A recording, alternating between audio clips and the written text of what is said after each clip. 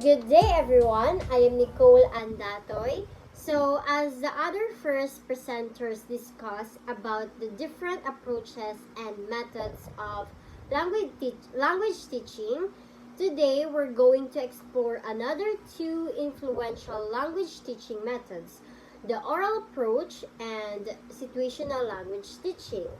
These methods were developed by some brilliant minds in the world of linguistics, including Palmer, Hornby, and other British applied linguists. Let's start with a bit of history. These approaches emerged in the 1920s as a response to the dry and grammar heavy teaching methods of the time. British applied linguists like Palmer believed that language should be learned through speaking and listening. So the oral approach and situational language teaching relied on the structural view of language. Both speech and structure were seen to be the basis of language and especially speaking ability. So what's this approaches all about? It's all about speaking and listening in association with everyday situations and scenarios. Students are encouraged to communicate orally. It is believed that the target language should be practiced orally in the classroom for more effective learning. Here, correct pronunciation, intonation, and expressions are emphasized. Vocabulary and sentence structure are learned through context and real life dialogues. So it means role playing and dialogues are at the heart of this method, together with lots of repetition and drills to reinforce language skills, wherein reading and writing are introduced once a sufficient lexical and grammatical basis is established. Now let's talk about the theory of language behind these approaches. These methods see language primarily as a spoken form of communication. It believes that language learning mirrors first language acquisition. You learn by using it in real life situations. Understanding context is vital for language comprehension and use. Therefore, communication and social interaction are vital for the learning process of the learners. So how do we learn in the oral approach? It's got a bit of a behaviorist manner. Repetition and practice are the keys. Errors are corrected promptly to prevent bad habits from forming. The goal is to communicate effectively where grammar rules are learned implicitly along the way. Then there's the situational language teaching, which aligns with cognitive and communicative learning theories. Learners actively construct meaning through interaction and problem solving. The focus is on meaningful communication and applying language skills in real life situations. Now, before we proceed to the next presenter who will discuss the other components of these approaches, let's have a quick recall of all the parts we just talked about. I have discussed about the oral approach and situational language teaching that was developed by Palmer, Hornby, and other British applied linguists. Speech was regarded as the basis of language, wherein teaching begins with the spoken language, and structure was viewed as being at the heart of speaking ability. This emphasizes oral communication and contextual learning. These two methods are excellent for teaching conversational language, which is crucial for real-world communication. That's all for my presentation. I hope you have learned something from me and you listen to the next reporter. Thank you. So good afternoon, everyone. My name is Maglucot. So since we're already done discussing the theory of language and learning in oral situational approach, now let's proceed to the types of teaching and learning activities. The situational language teaching employs a situational approach to presenting new sentence patterns and drill-based manner of practicing them.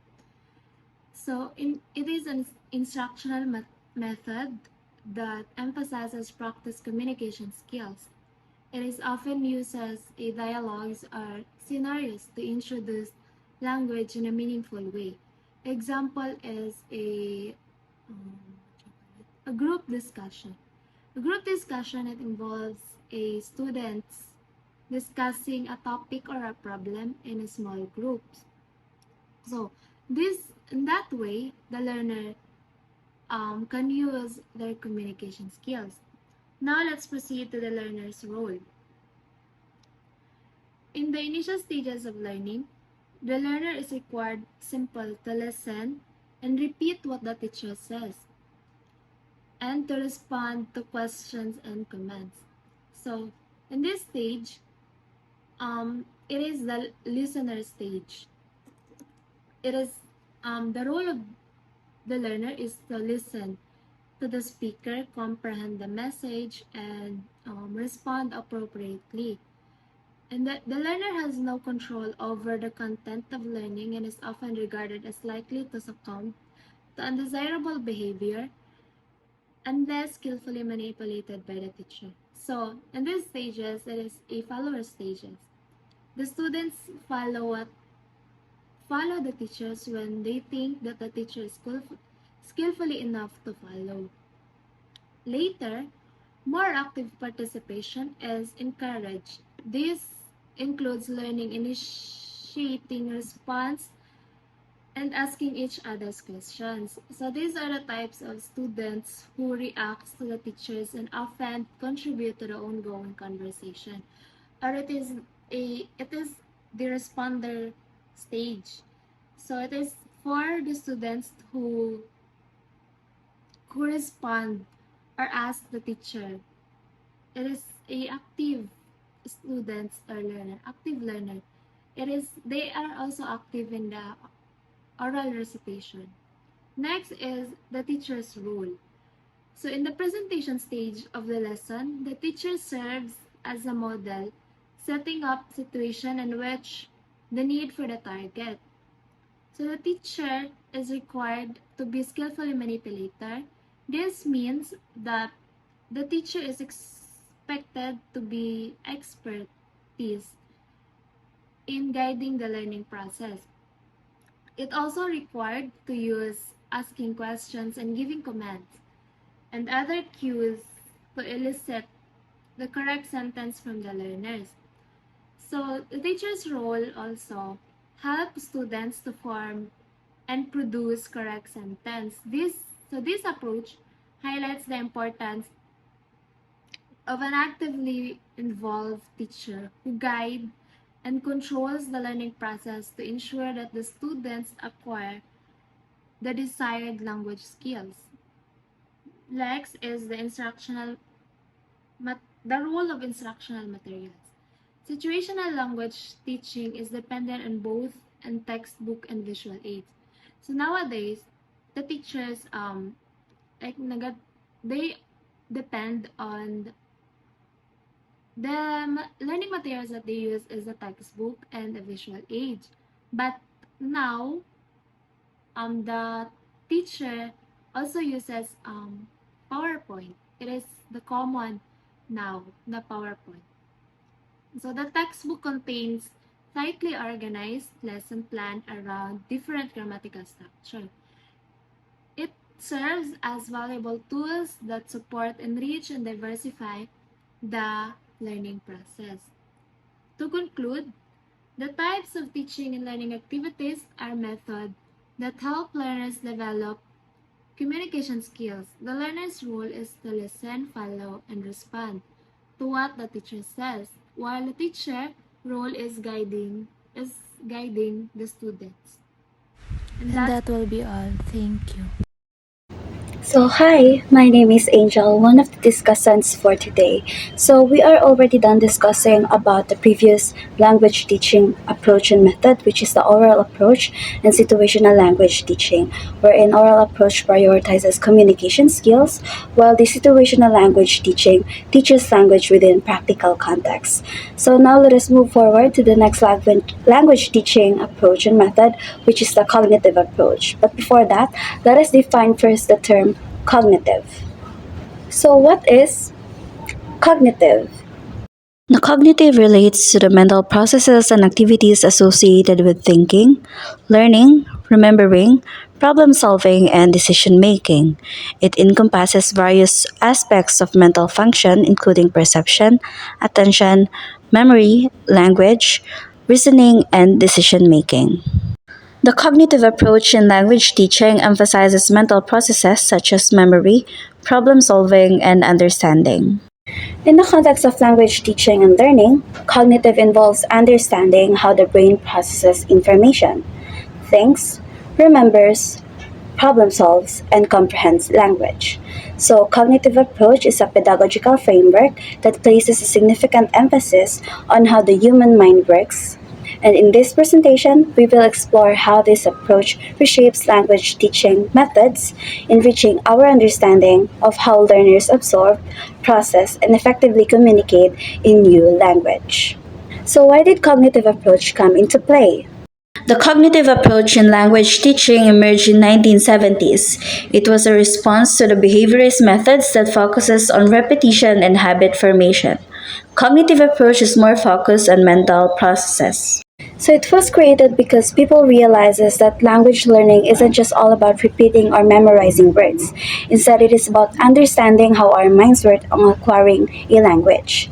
Individuals like Jean Piaget, Lev Vygotsky, Jerome Bruner, and Noam Chomsky are just one of the prominent individuals who made significant impact on cognitive approach. They all made contributions to the understanding of cognitive development learning and language acquisition, which are foundational concepts in both psychology and education.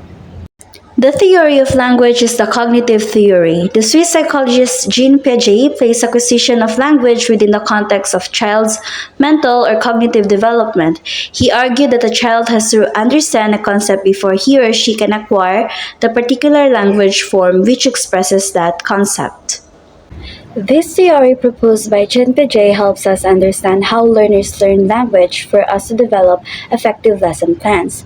According to Piaget, kids need to grasp a concept in their minds before they can pick up words to express it. So it's like the child's brain have to get ready before he or she can use words. For example, in a classroom setting, we wanted to introduce the concept of plurality to the children.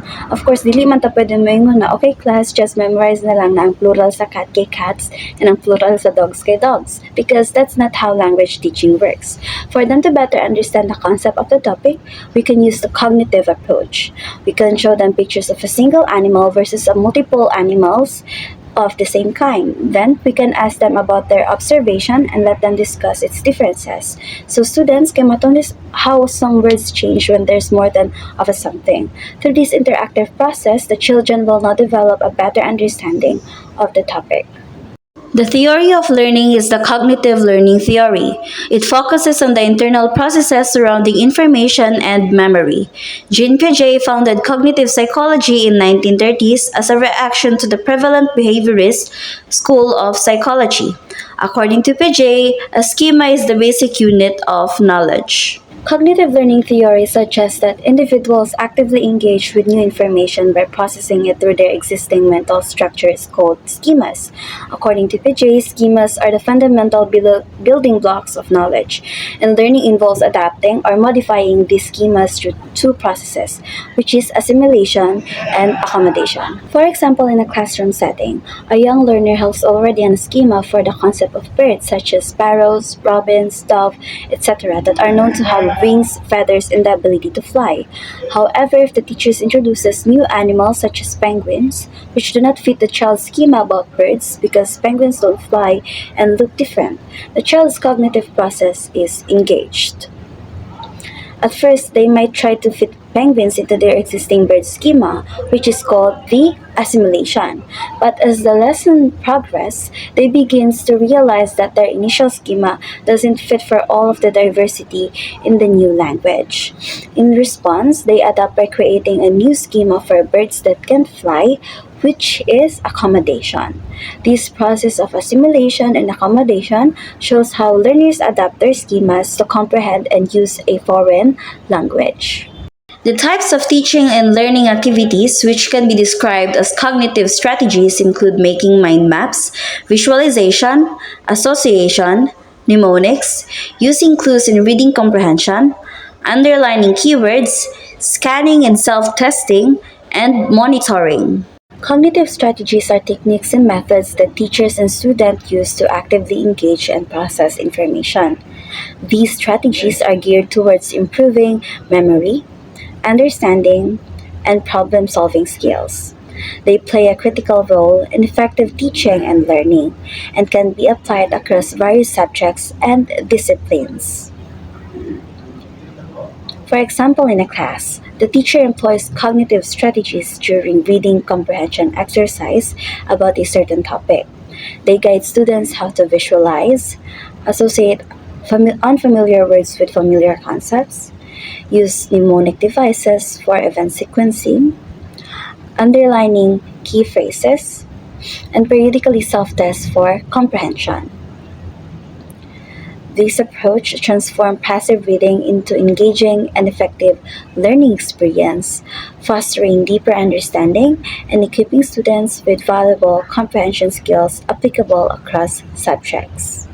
The learner roles is an active participant in the process. They come to the table with their own skills, knowledge, memories, and relevant information they've learned in the past. So, these refer to the active involvement of students in their own learning. Learner roles emphasizes that students are not passive recipients of knowledge but active participants in their learning journey.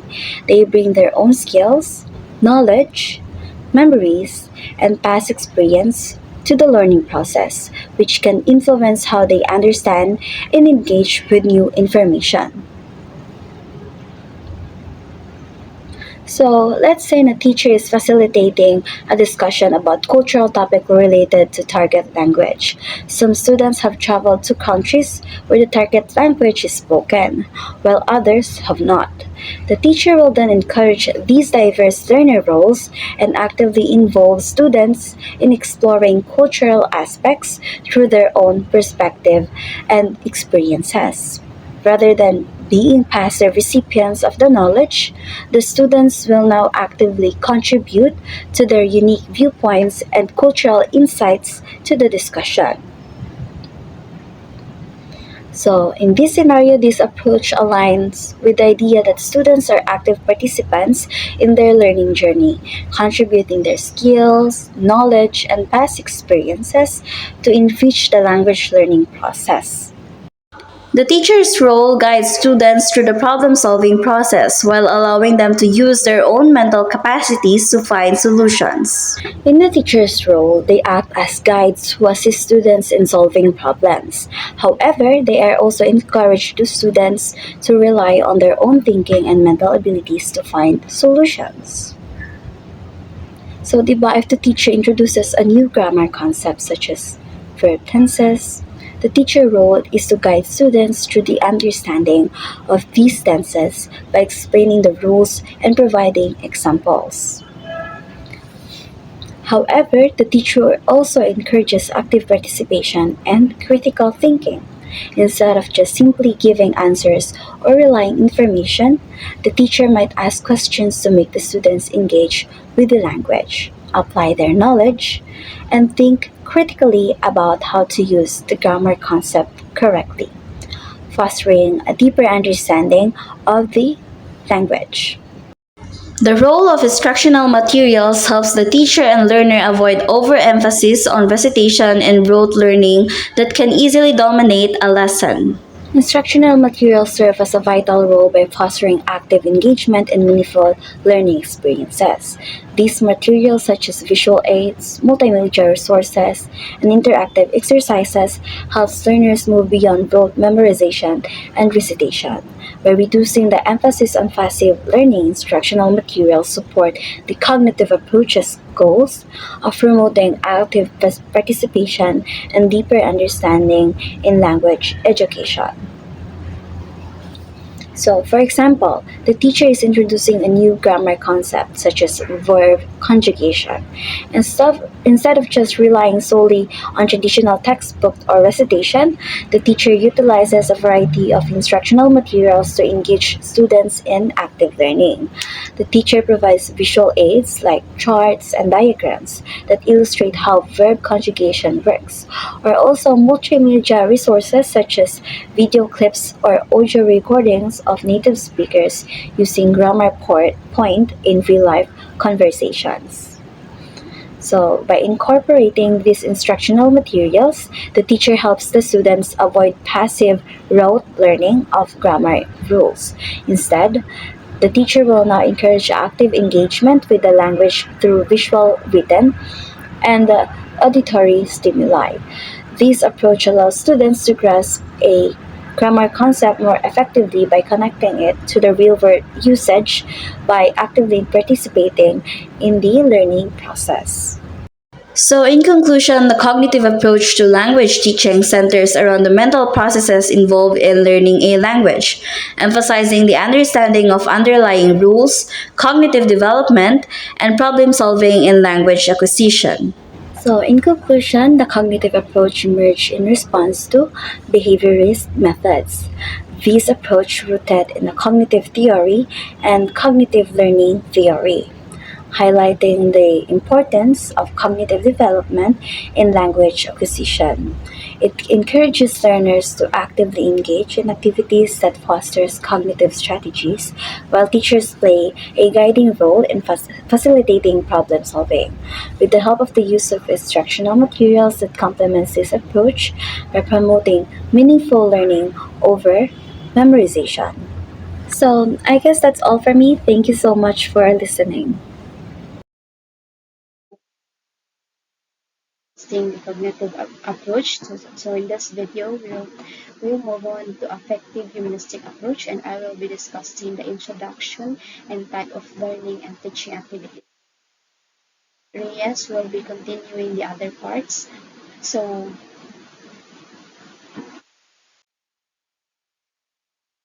this approach, we think it is something about values, behavior, learning, experiences, etc. Affective humanistic approach emerged in 1960 to 1970 by the work of Abraham Maslow, Carl Roger, and Eric.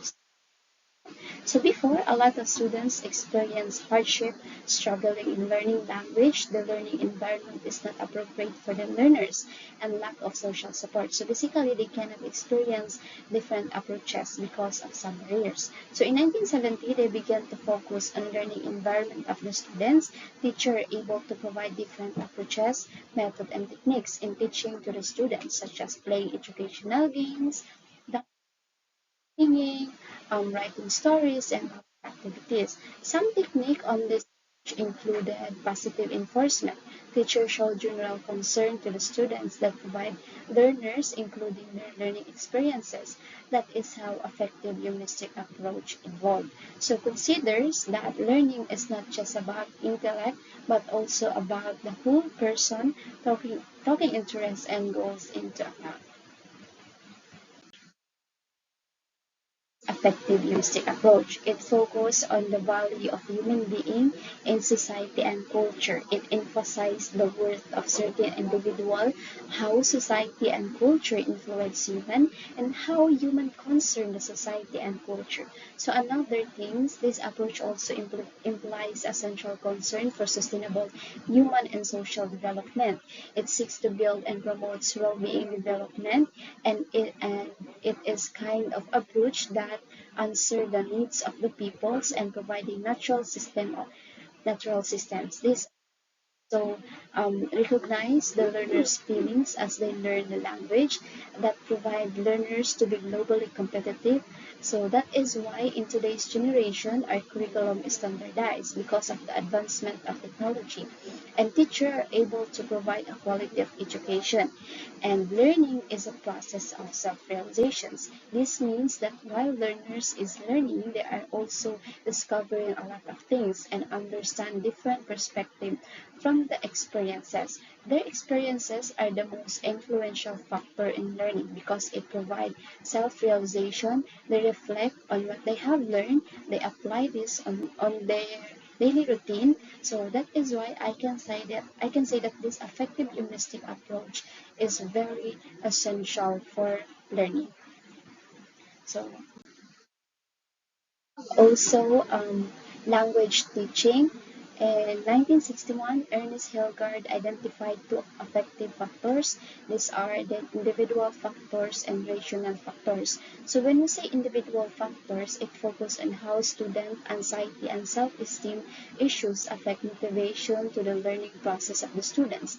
And the rational factors, which focuses on students' empathy, class construction, and culture process, which may interfere the learning of the students. So all in all, Ernest Hilgard in language teaching is a set of motivation on how students handle and control the influence of environment. And the second one, in 1972, Karl Popper wrote about three words in language teaching and humanism: construct of physical word, subjective learning, relational experiences. These three techniques provide a generalization of key concept of language teaching humanism. These include experiences or anything you've seen in the classroom, different theories and principles that can be done in the classroom settings. Karl Popper, three words in language teaching humanism: anything you've seen in the classroom. So the last one is in 1980, Eric Sterick published the five emphases within humanism: feeling, reject whatever makes people bad; social relations, encourage friendship and cooperation; responsibility, acceptance of public criticism; intellect includes knowledge and reasoning; self-actualization, full realization. So these five emphases will help to determine the student's development. So for example, when you look to a certain individual and you will try to figure out what kind of person or what kind of attitude his or her might be, and you don't know exactly if have knowledge about it. And of course, we are the one who knows exactly what kind of person are we. That is why there are five emphases by Eric Sterick that will give you a hint to know that person. And as a future educator, we will help them to fulfill and discover their potential. And that is the purpose of a language teaching, or the five emphasis within humanism. So that's all. And the last part will be Miss Reyes. She will be discussing about it. Thank you.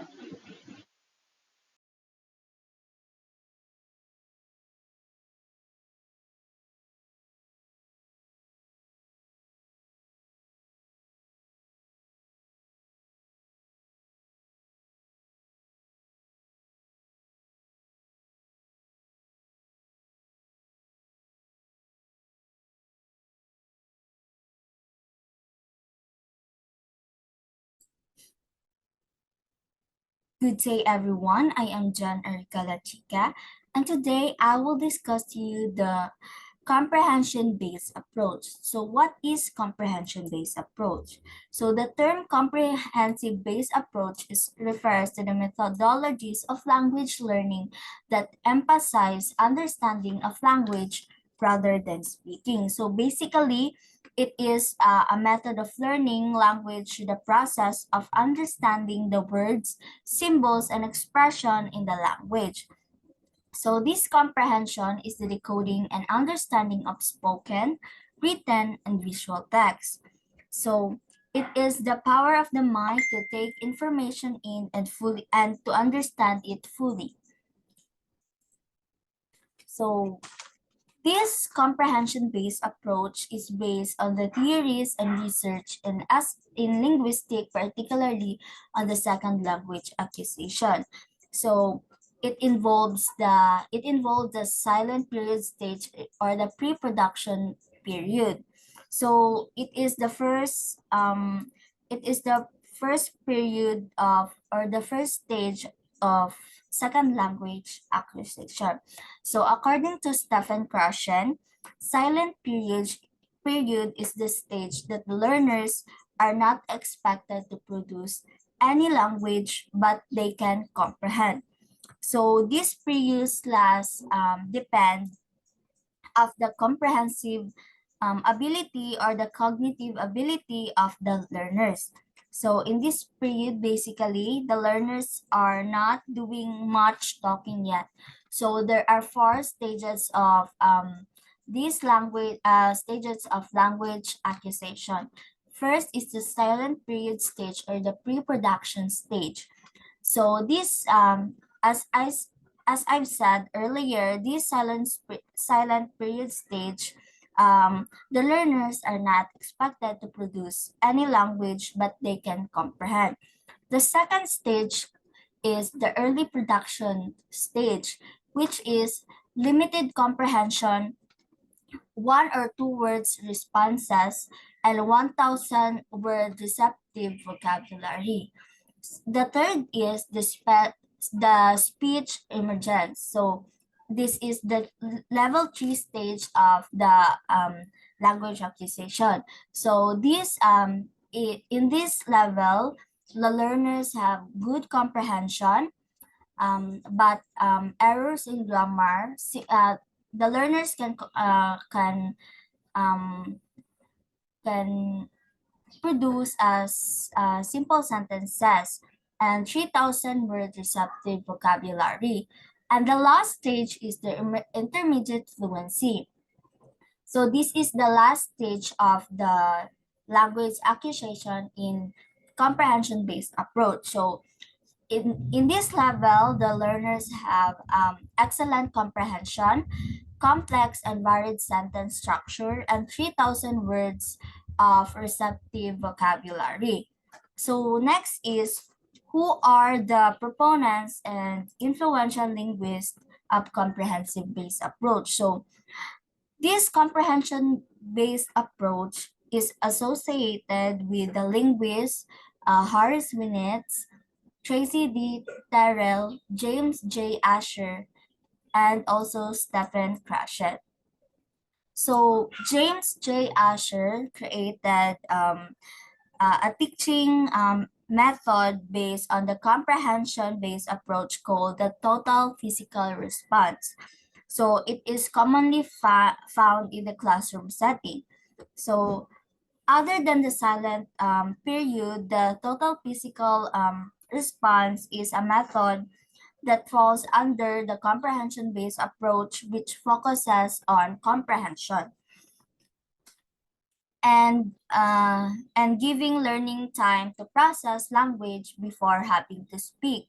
So in this total physical response in the comprehension-based approach, teachers or caregivers give commands to the learners using body movements and use physical objects in the classroom and other visual aids to help students learn and understand the target language. So that's all. Thank you. Good morning, ma'am. My name is Cindy Awi Angga, and I'm going to discuss the advantages and disadvantages of this approach and how can comprehension-based approach applied in the classroom setting. So what are the advantages of this approach? When a learner understands the meaning and application of the words, symbols, and expression of the second language, it is easy and effortless for the learners to speak the second language or the target language. Aside from that, the idea that comprehending language allows the learner's mind to build fluency in the language with no need to rehearse speaking and writing. This means that there is no need for the learners to repeat what the teachers have said, and there is no need to memorize the rules and grammar of the target language. And the disadvantage of this approach is that while comprehension approach seeks to understand the language first, language learners might have generally understood the language but fail to exhibit language performance. It often leads to the situation where the learners understand the target language but lack in speaking abilities. Another disadvantage is that the learners who are not confident enough that they understand the target language might decide to wait until they have totally grasped the concept of the target language, including the correct pronunciation, before attempting to speak using the target language. Also, comprehension-based approach is compared to banking method, which suggests that learner spend most of the arts and listening activities as well as other nonverbal signs of comprehension.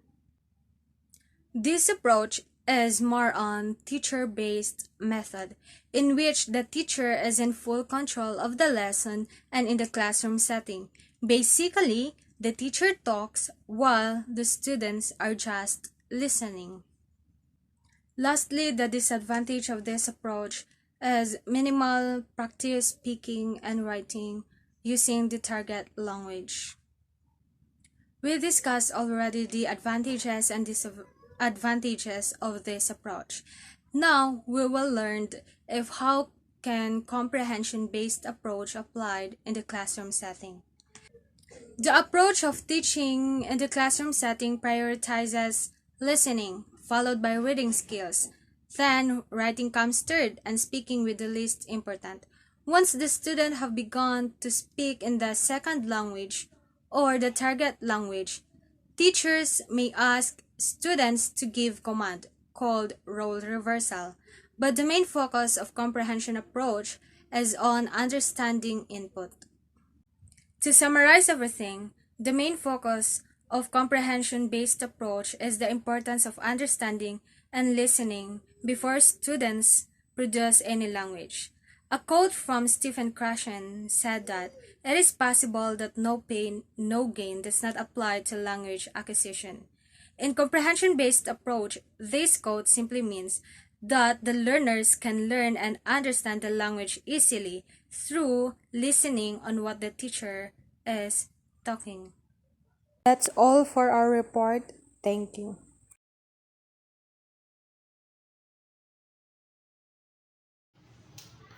Content-based instruction. So what is content-based instruction?